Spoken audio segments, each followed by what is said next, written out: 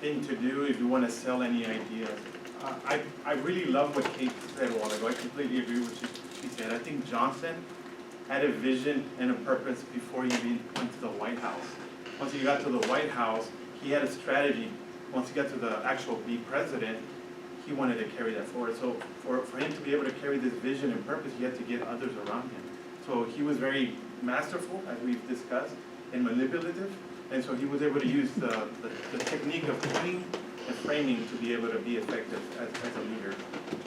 He understood the power of imagery, photography, narrative, and framing, as we stated. And so he used this. So I'm only going to talk about two. As we read through the book, there's multiple examples. But the term, the party of Lincoln, he used it constantly. It was very important because he had to convince the Republicans. Without the Republicans, he was not going to pass the civil rights. And so by constantly using this term, the party of Lincoln, it helped him convince and so the Republican Party as well. The other term that he used quite a bit was the war on poverty. Words mean a lot, right? As we know. And so the term war on poverty, and think about it in the context, dealing with the war in Vietnam.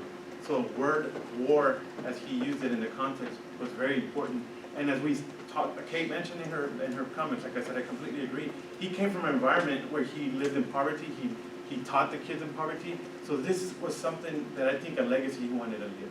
And so this was an opportunity. He seized the moment, and he used this framing of this context of war and poverty to be able to continue to sell his ideas as president.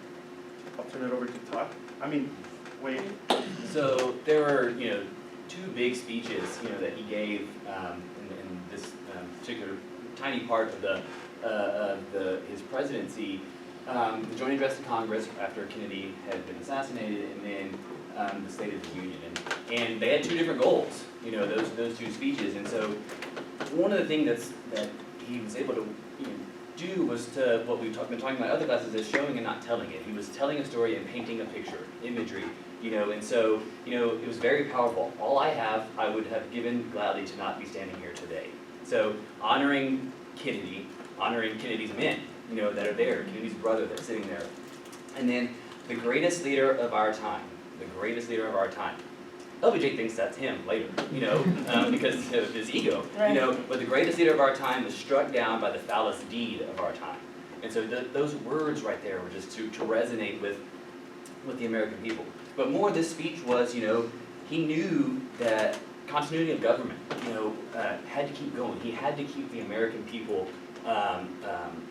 engaged and with him if they were going to pass any legislation. And so I found it interesting as they're working on this speech and they're getting it done. Don't introduce civil rights. Don't introduce civil rights. And he says, "What the hell is the presidency for?" And so that's coining a phrase. And he does it. And because he's going to honor JFK that way. Same with the tax bill.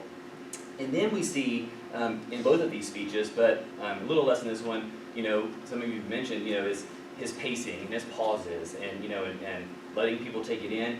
But he also would insert his folksy charm, his Texas, the corn pump, that kind of stuff, because he, very different oratory style than JFK, very southern and not northeastern. So then, this goes on in the transition, and we go from Kennedy's legacy in the Joint Address to Congress to LBJ's presidency. That's what the State of the Union was for. That was where he was going to take charge, he was going to make it his own, and it was, he had to do something. War on poverty. 25% of the country was in poverty, living on less than $3,000 a year.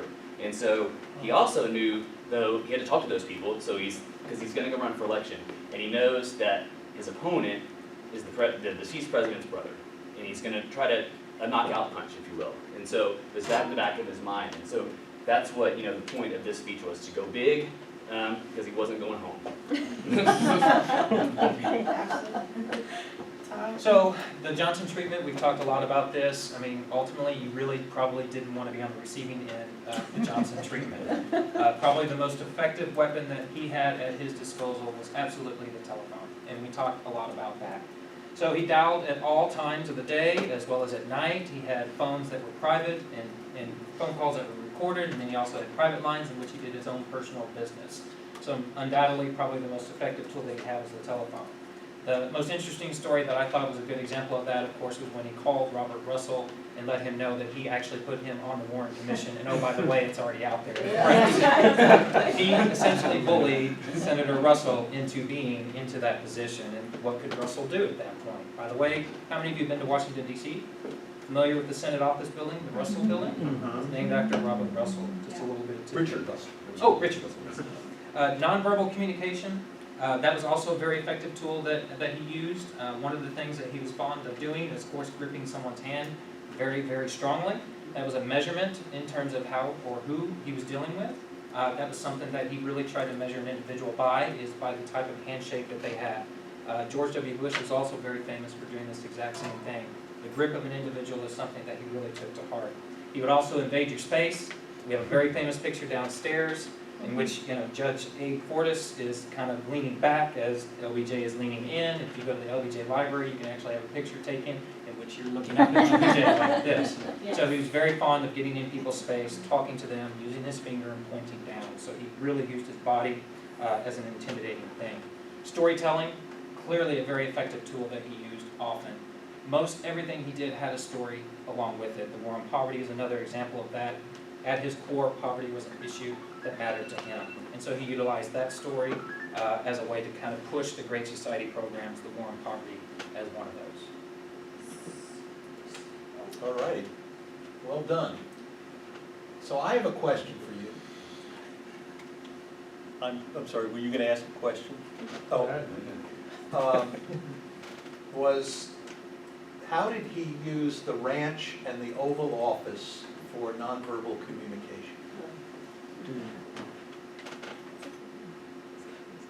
I think the ranch, taking the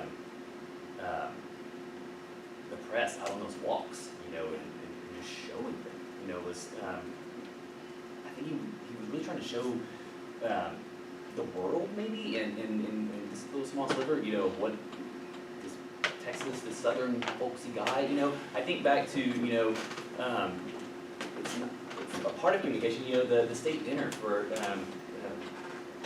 at German Chancellor, was one of those, it's like, this was very folksy and, it was kind of weird, and then, and there was all kinds of things going on there because it was the music and things like that, but the ranch it's an interesting, If I can just add to that, I think more importantly what he wanted to do was create a contrast to him and John F. Kennedy.